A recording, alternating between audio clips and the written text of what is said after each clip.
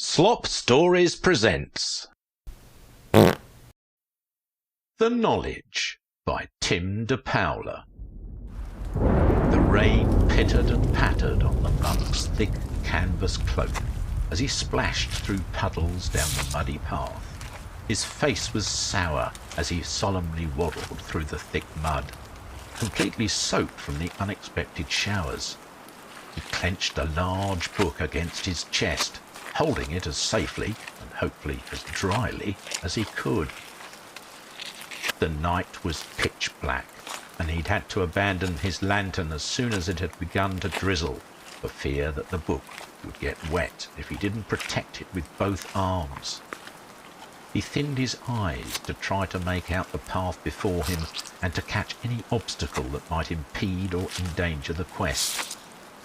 In the distance, a bolt of lightning illuminated the horizon, and he saw a strange shape in the sky.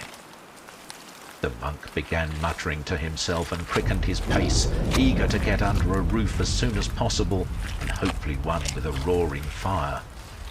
Going faster was not much of an option, and his boots were completely submerged in mud, glopping up a heavy weight with each step. Another flash lit the sky, and he saw the unknown shape was much closer, as if it was flying directly at him. He was literally sick to his stomach with fear, but he had no choice but to push forward. Why, oh why, did this ancient book matter so much? If it wasn't for her, he would just toss it over the wall right now and be done with it. However, he couldn't let the tome go now, not for everything he lost to claim it. It hadn't only been the monk who set out to find this ancient text. No, it had been an entire party of adventurers, explorers, and seekers who set out to collect the priceless artifact. The monk had been minding his duties at the monastic library when he heard a hefty knock on the large wooden door. The monk wasn't used to visitors in his library, let alone this early in the morning. He gently set down his parsnip tea and shuffled some papers together for no apparent reason. When the monk opened the door, his eyes protruded to see a group of wildly different folks, packed with gear, weapons, and horses. The man who had knocked was 3 to 4 heads taller than the monk, with long red hair, leather armor, more swords than he could count, and exposed arms that were bulging with muscles. There was also a cloaked dwarf, a velvet-robed elf, and a woman shrouded in black garments. When the monk saw her, he felt his stomach squirm in a way he'd never felt before. Had that been the parsnip tea, or her exquisitely chiselled jaw that caused the twinge? Yes, good morn. Are you Giron, library priest? The large man asked with a deep and gravelly voice. Priest? No, I'm not a priest. I am a monk of the Father, and I— Is your name Giron? I don't give a bloody corpse if you are a monk or a priest, the large man said with an anger-scrunched face. Well, yes, I am Giron, scholastic monk. That is enough. Giron, thank you, the elf interrupted, kindly yet directly. We heard you are proficient in both reading and speaking the ancient tongue of before, the elf continued, and we need someone with this proficiency on a quest we are setting out on. Is there by any chance that our notions about you are correct? The monk had been barely listening. He was so fascinated by the woman in black. But he shook it off and closed his eyes before replying. Not only do I read, write, and speak the tongue, I am simply put the most knowledgeable and studied scholastique on the subject in our kingdom, and all surrounding kingdoms, to be frank. Wonderful, wonderful. Well, pack what you need, monk, because we are leaving now. Don't worry about provisions. We've got everything taken care of. We've already paid your lord priest or whatever for your time, so it's all taken care of. Let's be on our way, shall we, Giron? the large muscled man said. Gérone's face was dripping with shock. However, one look at the woman in black gave him more courage than he'd ever felt in his entire life. "Let me grab my things and we will set off with haste."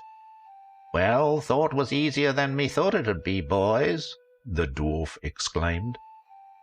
Everyone looked pleased to leave, besides the woman in black, who looked physically enraged at the rest of the party.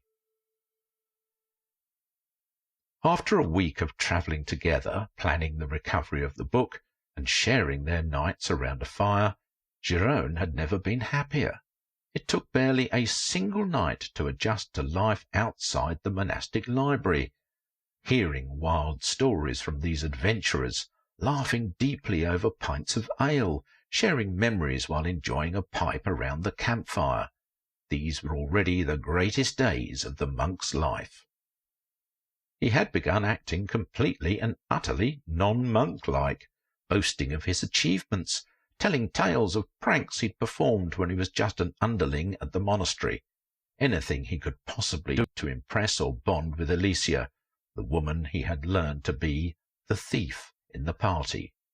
Hired for her skullduggery, pensiveness, and quick thinking in a pinch, she was always brooding and the least talkative of the bunch.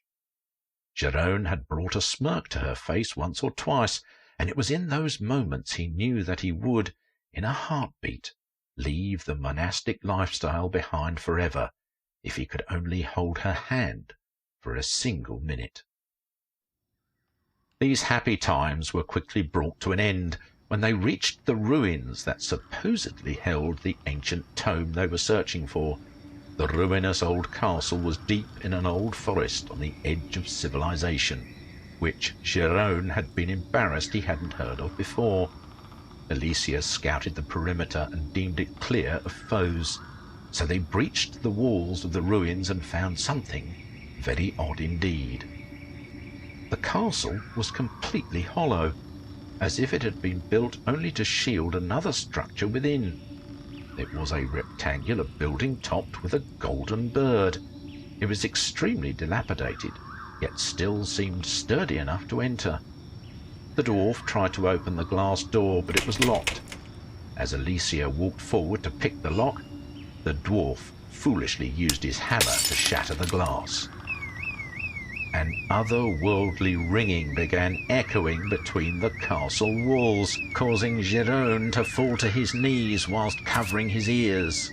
The elf chided the dwarf, but it didn't matter, as a grey, headless beast marched out of the ancient structure, crunching through the broken glass as it approached. Everyone's weapons were drawn, waiting to see what would happen. In an instant, the beast dove towards the dwarf and obliterated his face with fast repeating kicks from its front legs. Calvin, the tall red-headed warrior, swung his great sword down towards the beast, but it reacted with such speed that he split the dwarf in twain as it jumped away. The beast was already diving towards Calvin, but was stopped in mid-air, trapped within a translucent green bubble. Cyprian, the elf mage, was in a battle stance, holding his hands in a circular shape. "Go! Enter the ruins at once! I shall hold the beast for as long as the stars allow!" the elf blurted out. Before he could realize what was happening, Alicia grabbed the monk by his chest and pulled him into the building. He, the thief, and Calvin the warrior stood in awe in the middle of this ruin, looking at an architecture they couldn't comprehend. Gaudy colours, ancient texts, large monoliths, and more outlandish things filled the room. The monk could have explored for hours, but there was no time. They ran into a dark room filled with silver, and towards the back found a staircase. Nearly 20 skeletons lined their way down the staircase, which had a door at the bottom they were leaned up against. There was no time to waste. They crunched through the bones on their way down the steps, and Alicia quickly picked the lock. When the door opened, an unimaginable, beautiful light poured out onto the steps. There was music, There was the smell of foods that the monk could never and would never understand. And then he felt a slam on the back of his head that sent him into a painful darkness. The monk awoke outside next to Cyprian the elf. It was closer to night, and when he went to ask the elf what was going on, he found his head had exploded into a beefy pudding. The monk screamed and stood to his feet and saw nothing and nobody around. He felt the back of his head, which was both throbbing and stinging. The blaring siren was still sounding, which wasn't helping his head at all. Something shone towards the top of the ruined castle walls. He looked up and saw Alicia was perched at the top. An arrow knocked and pointed down at the rectangular building they had entered. She had got his attention by shining the setting sun from her arrow tip into his eye and pointed harshly at the exit. He didn't need to think twice and bolted towards the castle door. An arrow landed right in front of his path, and he looked up at her, wondering what was going on. Just seeing her up there, doing what she did with such excellence, brought warm feelings over him. She shot another arrow near where had awoken, and laying next to the elf's corpse was a giant leather-bound book. He ran to it, hoisted it into his arms, and began making his way to the gate. Just before the monk made it to the exit, he heard a loud cry and quickly turned his vision back to the building. Calvin the warrior, who had survived more battles and wars that could be counted or believed, stepped out, both arms ripped off just below the shoulders. The warrior's face was contorted beyond recognition, a mix of pain and fear that made the monk wince. "Calvin, are you all right?" Just as the monk had begun to ask, the headless grey beast burst through Calvin's chest, creating a giant hole. Calvin fell to the ground, but before the monk could react, he saw the beast running towards him at full speed. No horse, no falcon, nothing had ever come close to as fast as this beast. The monk turned, screaming, but heard Alicia scream. Arrows began shooting at the beast, clanking off its hard body without doing the slightest bit of damage. The beast turned away from the monk and began running towards Alicia. "No, please!" Giron yelled, a deep agony growing within his heart. But when the beast made it to the wall, it could not scale it. The beast just stood facing her. The relief the monk felt was liquid gold. However, the feeling was short-lived as the beast began to change. Its back opened as if it were doors, and a black iron cylinder arose from within. It pointed towards Alicia, and the monk screamed bloody murder. She was loosing arrows at it pointlessly. "Run, Giron! Run for your life!" the beautiful thief yelled. "I love you, Alicia! I love you so!" The monk's world was turned upside down as thousands of black spheres shot from the beast's back up towards Alicia with extremely loud pops. He watched her become a cloud of red mist and felt the world pulled out from under him. The monk's stomach was a whirlpool in the ocean, a stormy night, a plague upon the earth. In spite of his agony, Giron stumbled towards the exit, clutching the book under his arm and sobbing uncontrollably. As soon as he passed the threshold, the popping noises ceased, and the beast ran to the exit. It tilted its headless body curiously at him and then turned back towards the rectangular structure. The monk's sorrow felt no end. His life had been completely changed. Twice in a number of weeks, he had found true friends who showed him life outside the monastery was where he belonged.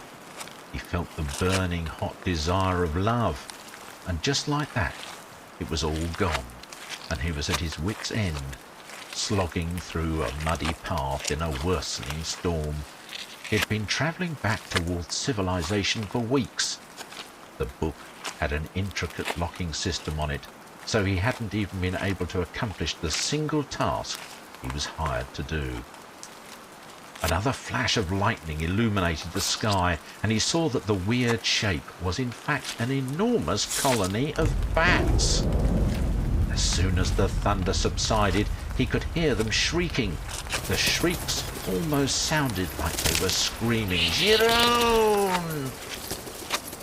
Before he could react, they began diving for him and trying to bite through his thick cloak. When the bats realized they couldn't get through the canvas, they sneered and began going for his hands and face. The monk screamed and thrashed, tucking himself into a ball in the mud. The bats flew up into the air, paused, and then dive-bombed him all at once. If he had to guess, there must have been 30,000 bats in the colony. They slammed into his ribs like a high-pressure waterfall, each bat immediately going back to the sky to come back for another pass, like an endless fountain of winged pain.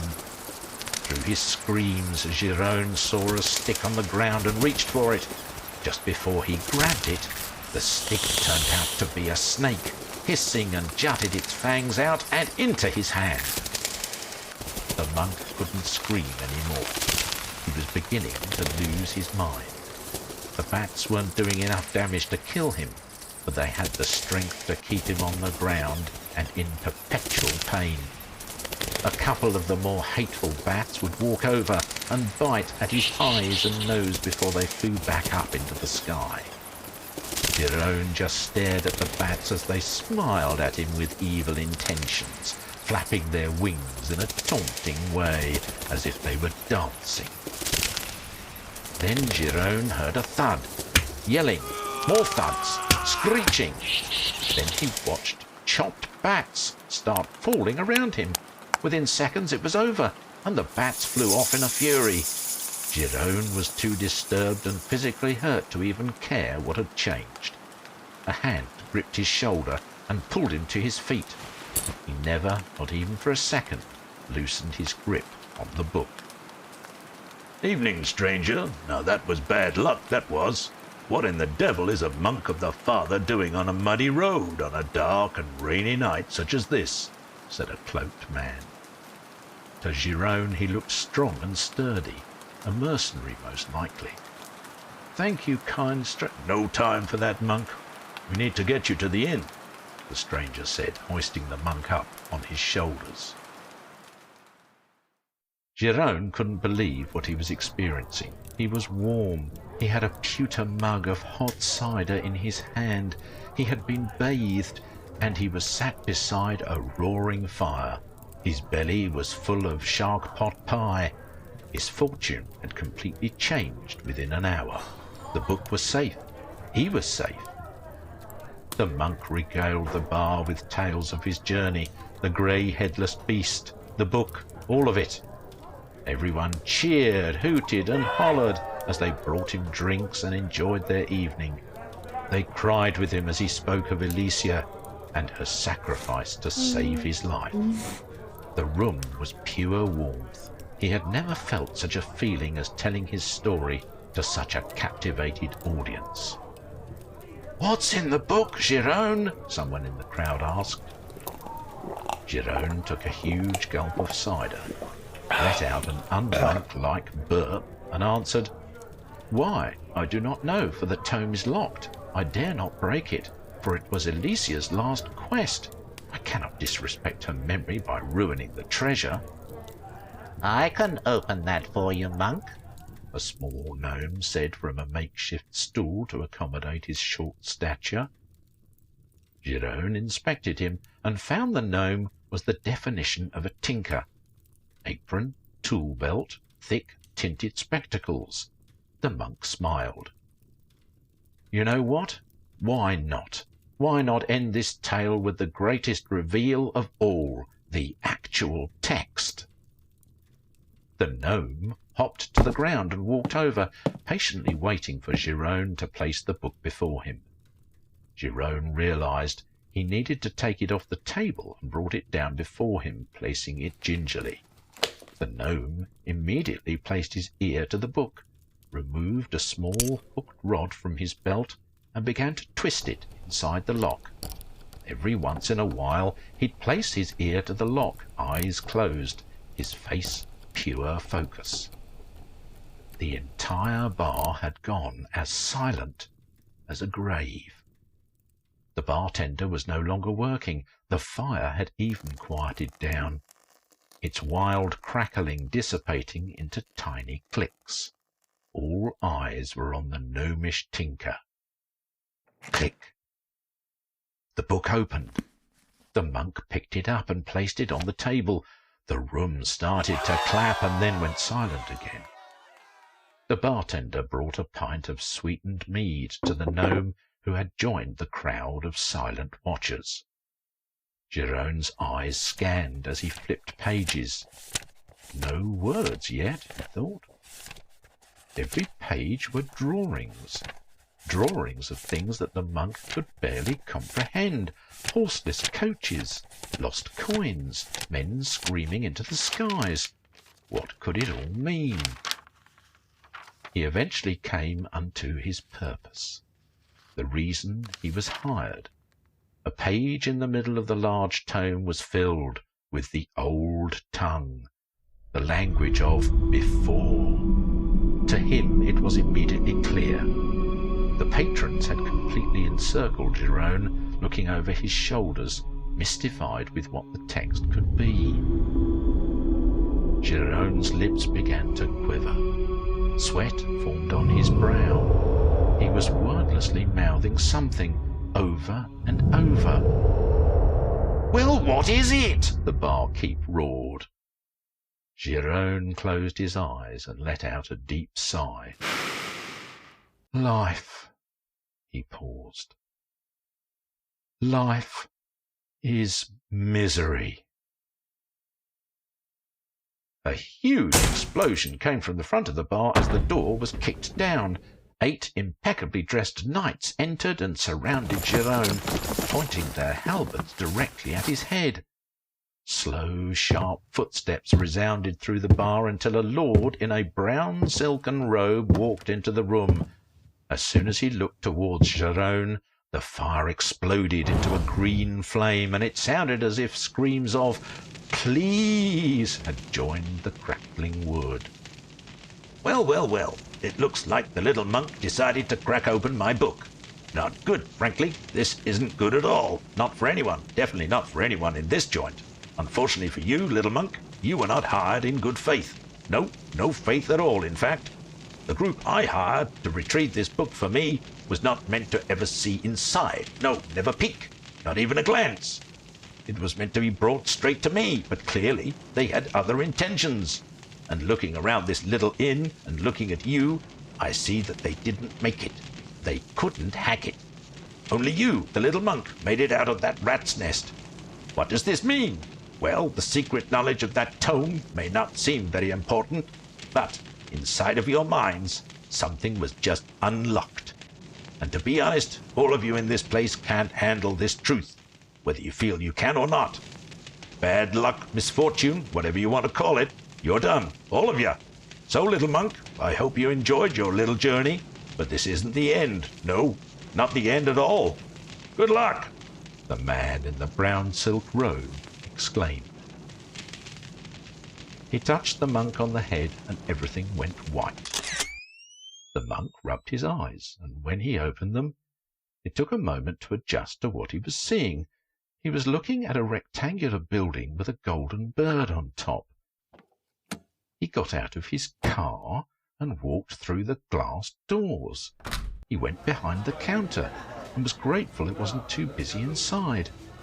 As he entered the stainless steel kitchen, he threw on an apron and immediately began flipping some hamburger patties. "How is it today, Chuck?" Not too bad, Jerome. Not too bad at all. It's still miserable, though," Chuck said, heading to the basement to retrieve a box of patties. Jerome laughed and replied, "Well, Chuck, everyone knows that life is misery."